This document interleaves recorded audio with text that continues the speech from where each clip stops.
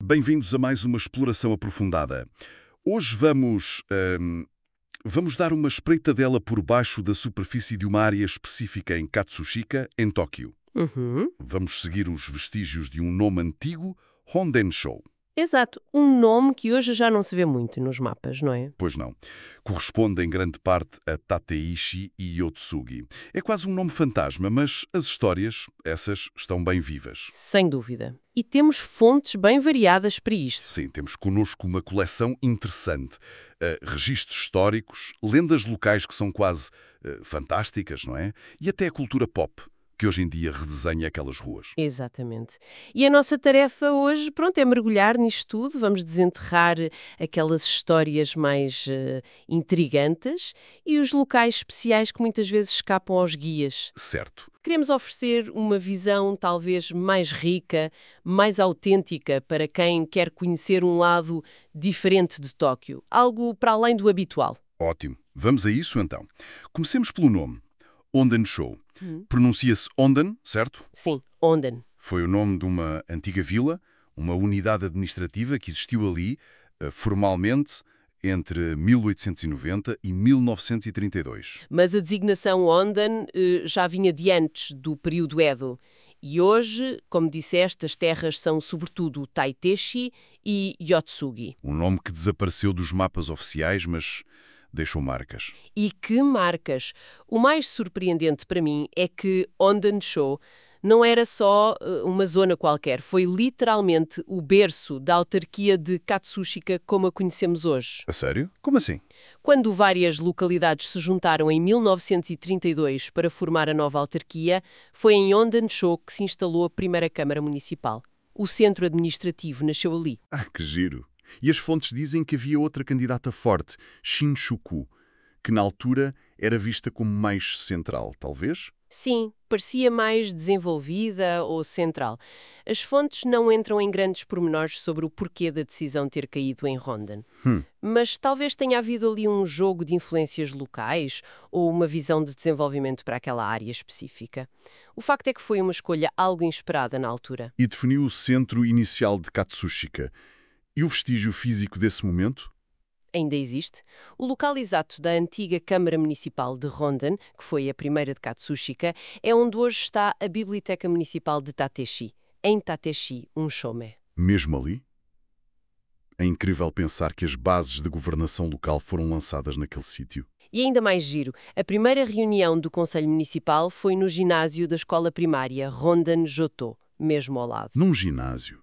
Que modesto. Pois foi. O início quase improvisado para o que viria a ser uma grande autarquia de Tóquio. Mas a história não ficou por aí, pois não. A Câmara mudou de sítio depois. Não, claro que não. Em 1937, construíram um edifício novo, mais moderno, mais imponente, e a sua localização também é um ponto de interesse. Onde?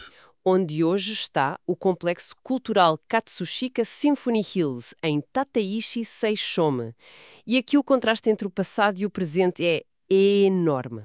Como assim enorme? As descrições da época dizem que aquela área, conhecida como Aotokochi, era basicamente Campos de juncos. campos de juncos.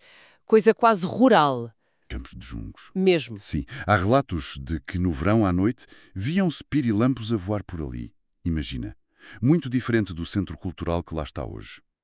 Mas esse edifício de 37 teve um fim triste. Foi destruído na guerra, não foi? Sim, foi muito danificado ou mesmo destruído nos bombardeamentos da Segunda Guerra Mundial. É mais uma camada de história, mais sombria, ligada àquele local.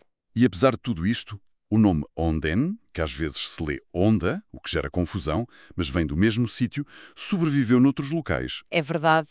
Ainda hoje existe a escola primária Onda, ali perto da biblioteca, os bombeiros de Onda, a escola secundária Onda, são como ecos vivos daquele passado, pequenos lembretes. Bem, vamos agora aproximar a lente. Focar em Tateishi, uma das herdeiras de Ondensho. E aqui, encontramos uma história que parece tirada de um livro de lendas. A Tateishi-sama, a pedra vertical. Essa é talvez das lendas mais antigas e persistentes da zona. Uma pedra cheia de mistério. As fontes dizem que tem pelo menos 620 anos, talvez da era Musashi, ou quem sabe ainda mais antiga, do período Kofuna. E pensa-se que é uma pedra Boshu, trazida de Shiba, da península de Bossou. Mas para quê? Ninguém sabe ao certo. As teorias são várias, não é? Sim, podia ser parte de um túmulo antigo, um Kofun, ou talvez um marco numa estrada antiga. O que sabemos é que no período Edo, nos séculos XVII a XIX, a pedra já era famosa, conhecida como Ne-ari-ishi, A pedra enraizada. Porquê enraizada? porque dizia a lenda que várias pessoas tentaram escavá-la para ver onde acabava, mas nunca chegavam ao fundo. Era como se não tivesse fim, sempre enraizada na terra. E mais, dizia-se que quem tentasse desenterrá-la tinha azar, ou ficava doente. Este mistério todo tornou-a uma atração. Chegou a aparecer em guias ilustrados de locais famosos de Edo, a antiga Tóquio. O respeito pela pedra foi crescendo, até que em 1811 foi consagrada como divindade shintoísta, certo? Tateishi Inari Daimyojin. Exatamente. Mas a parte mais incrível e quase bizarra vem a seguir. A pedra começou a encolher. A encolher? Como assim? Parece mentira, não é? Mas as fontes são consistentes. E o encolhimento não foi só erosão ou afundamento natural. Aqui entra a crença popular. A crença fez a pedra encolher. Não estou a perceber. De certa forma, sim. As pessoas acreditavam mesmo que a Tateishi-sama tinha poderes. Poderes curativos, protetores. Ok. E então começaram a raspar bocadinhos da pedra. Pequenos fragmentos, e usavam esses fragmentos como remédio ou como amuletos de proteção, especialmente durante as guerras sino-japonesa e a russo-japonesa. Acreditavam que os protegiam das balas. Que extraordinário. Então, a fé das pessoas levou literalmente à diminuição física do objeto de culto. É quase um paradoxo. Exatamente. E isto é um insight fascinante que as fontes nos dão, não é? A forma como uma crença coletiva pode ter um impacto físico real num objeto sagrado. A Tateishi-sama diminuiu porque as pessoas tiravam pedaços dela por causa da sua fé. É um testemunho poderoso de como a devoção pode, neste caso, consumir o seu próprio foco. E hoje, o que é que resta da pedra? Hoje, a parte que se vê da Tateishi-sama tem só uns centímetros de altura. Está protegida por uma vezação pequenina de ferro, num santuário minúsculo, mas muito bem cuidado. E esse local, o Santuário Tateishi-sama, em Tateishi 8 Reshoma, é um ponto de visita então. Sem dúvida, para quem gosta destas histórias é obrigatório. É impressionante o contraste entre a pequenez física atual da pedra e a enormidade da lenda que a rodeia. Definitivamente um lugar carregado de história. E de pedras antigas, passamos para uma atmosfera completamente diferente, mas igualmente típica de Tateishi, a cultura senbero. Ah, o famoso senbero. A palavra em si já tem piada. Sen é 1000 anos e beru-beru é tipo estar bêbado ou muito alegre. A ideia é essa. Conseguir beber e petiscar até ficar satisfeito gastando só uns 1000 anos, o que dá poucos euros, não é? Exatamente. E Tateishi é muitas vezes chamada uma das capitais disto em Tóquio. Mas não é só por ser barato, pois não. Tem uma história por trás. Pois, imagino que sim. Sem dúvida. A cultura senbero de Tateishi está muito ligada à história da área no pós-guerra. Tateishi tinha indústria antes e durante a guerra. Depois, claro, surgiram locais para os trabalhadores conviverem, desabafarem. E depois veio a ocupação aliada. Exato. E algumas instalações foram usadas para criar zonas de lazer para as tropas, as RRA, Recreation and Amusement Association. E qual foi o impacto disso? Bem, essas instalações RRA e toda a dinâmica social do pós-guerra ajudaram a que, mais tarde, a área ficasse conhecida como um Akazan Shitai. Um distrito da luz vermelha licenciado. Sim, embora essa fase já tenha acabado há décadas, essa história complexa ajudou a moldar a atmosfera que ainda se sente em Tateishi. Uma energia mais crua, talvez, despretensiosa, terra a terra, e muito acolhedora. Um ambiente shitamachi autêntico. Então, essa história, que pode parecer mais sombria, acaba por ser chave para perceber a identidade e até o charme atual da zona. Acho que sim, não é romantizar o passado, mas perceber como essa herança criou um lugar onde as hierarquias sociais parecem mais diluídas. onde as pessoas se misturam facilmente em bares pequenos e baratos. Foi o terreno perfeito para o Senbero nascer e ficar tão forte. E onde é que podemos sentir melhor essa atmosfera hoje? O coração disto tudo é, sem dúvida, o chamado Nonbei-yokocho, que se traduz literalmente como Beco dos Bêbados. Que nome? E a galeria comercial Tateishi Nakamisa, ali ao lado. O Nonbei-yokocho é uma viela mesmo estreitinha, com bares e restaurantes minúsculos em edifícios de madeira que parecem parados no tempo. Nem era Showa. E a Galeria Nakamizé? É uma arcada coberta, um corredor cheio de vida, com lojinhas. As fontes até mencionam exemplos. Sim, falam detalhes como o Aichiya, que vende espetadas fritas e outros petiscos quentes e baratos. Ótimo para acompanhar uma pida. E lojas do Sozai, aqueles acompanhamentos caseiros, como a Kurei Shoten. Ideal para comprar algo rápido e saboroso. É tudo muito simples, direto e bom. Essa atmosfera retro da era Showa deve ser um grande atrativo. É como espreitar um Tóquio que está a desaparecer depressa, e isso traz uma certa urgência. Urgência? Porquê? Porque Tateishi está a passar por uma grande remodelação urbana. Muitas destas vielas e edifícios antigos estão ameaçados. Vão dar lugar a prédios mais modernos. Então visitar agora é quase como guardar uma memória antes que desapareça. Exatamente, tem esse sabor agridoce. É uma experiência genuína de Shitamachi, que mistura história social, cultura popular e comida muito acessível. Imperdível para quem procura essa autenticidade. Bem, mudando agora um pouco o foco geográfico, vamos para Yotsugi, a outra área principal que veio do antigo Hondencho. E aqui a ligação mais forte hoje em dia vem da cultura pop global. Sim, Captain Tsubasa, conhecido cá como Supercampeões. O Yoichi Takahashi, que criou a manga e o anime, nasceu e cresceu em Yotsugi. E essa ligação mudou completamente a imagem da zona para muita gente, não é? Tornou-se uma espécie de meca para os fãs. Sem dúvida. É um exemplo excelente de placemaking moderno. A autarquia, a comunidade, abraçaram isto. Usaram o soft power da cultura pop para dar uma nova vida e identidade a uma zona que era mais residencial, mais calma e atraem fãs de todo o mundo. A própria estação de comboios, a estação de Yotsugi, está toda decorada com o Captain Tsubasa. E a partir daí é tipo uma caça ao tesouro pelas ruas. Exatamente. E os tesouros são mesmo literais. Há várias estátuas de bronze das personagens espalhadas por Yotsugi e pela vizinha Tateishi. Encontrá-las é uma forma gira e diferente de explorar os bairros. Quais são as estátuas principais que as fontes destacam? Assim, as que não se podem perder. Bem, o Tsubasa Ozora, o Oliver, claro, logo à saída da estação de Yotsugi. Depois o guarda-redes Wakabayashi, o Benji Price, e o rival Hyuga, o Mark Landers, estão no Parque Yotsugi Tsubasa. Ah, ok. O Mizaki, o Tom Mizaki, o parceiro do Tsubasa, está no Parque Shibeu e as fontes até falam de uma estátua do guarda-redes alemão, o Müller, que está no Centro Desportivo de Katsushika. É engraçado como a ficção consegue ter um impacto tão real na paisagem urbana. É fascinante, não é? Nas Yotsugi tem mais histórias, para além do futebol. Tem também um pequeno enigma no próprio nome, Yotsugi. Yotsugi, que significa literalmente 4 árvores ou 4 madeiras. E qual é a história por trás do nome? Já se sabe? Bem, aí é que está o mistério. Ninguém tem a certeza absoluta. As fontes dão pelo menos 3 lendas ou teorias diferentes. E nenhuma é definitiva. Ok, conta lá. Qual é a primeira?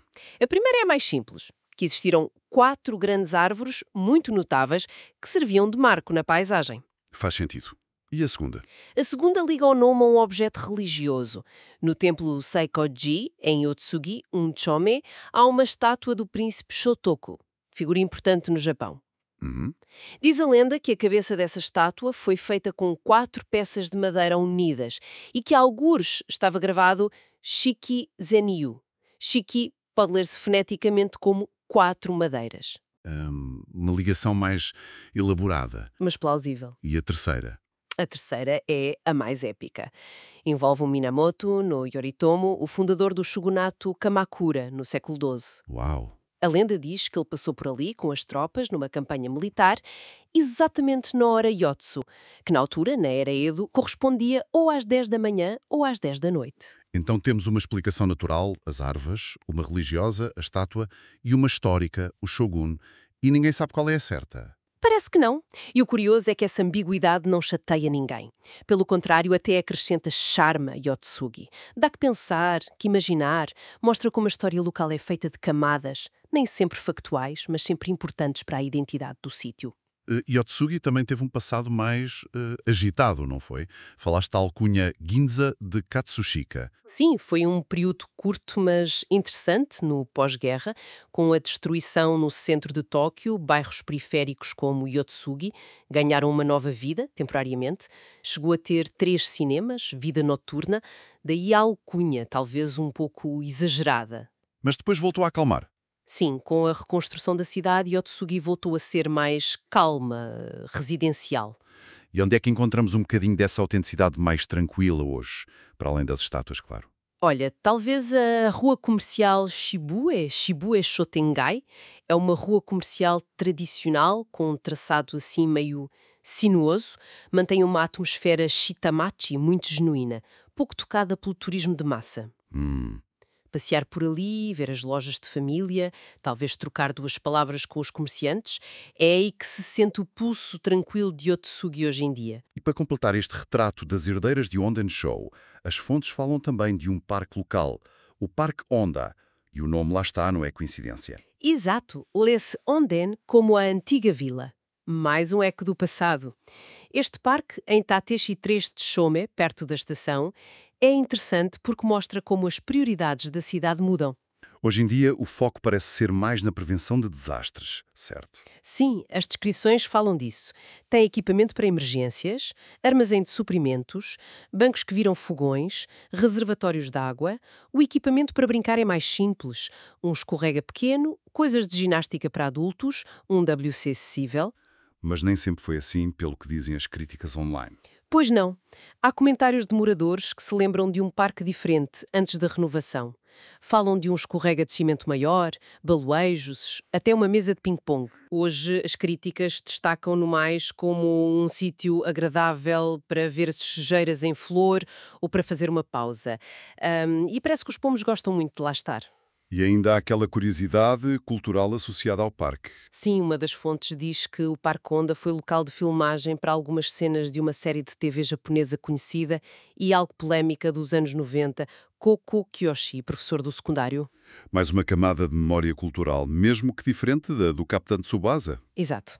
Portanto, o próprio Parque Onda acaba por ser um pequeno tesouro narrativo. Não por ser grandioso, mas por juntar estas camadas todas. A ligação ao nome Onden, a função prática atual, as memórias nostálgicas de mais brincadeira e até esta ligação ao ecrã. É um pequeno retrato da vida urbana e das suas mudanças constantes. Que percurso fascinante fizemos! Seguimos as pegadas do nome Fantasma Ondenshow por Tateishi e Yotsugi. Encontramos lendas como a da Tateishi-sama, sentimos a nostalgia da era Showa no Senbiro e nos becos. Vimos como o Capitão Tsubasa deu uma nova cara a Yotsugi e até espreitámos a vida e as memórias num parque de bairro. Acho que esta análise mostra mesmo um lado de Tóquio que muita gente desconhece. Talvez menos polido, mas mais profundo, cheio de histórias, de personagens e com uma resiliência cultural incrível. Mostra que, para além dos neons e dos grandes monumentos, há um tecido urbano rico em narrativas, à espera de ser descoberto por quem olha com mais atenção. E ficamos com uma questão para pensar. Como é que os lugares mantêm a sua identidade, as suas histórias não oficiais, mesmo quando os nomes desaparecem dos mapas ou as paisagens mudam? Quantos outros nomes fantasma, como Hondencho, haverá por aí, em Tóquio ou noutras cidades, a guardar tesouros de histórias à espera de alguém os descubra? Fica a pergunta.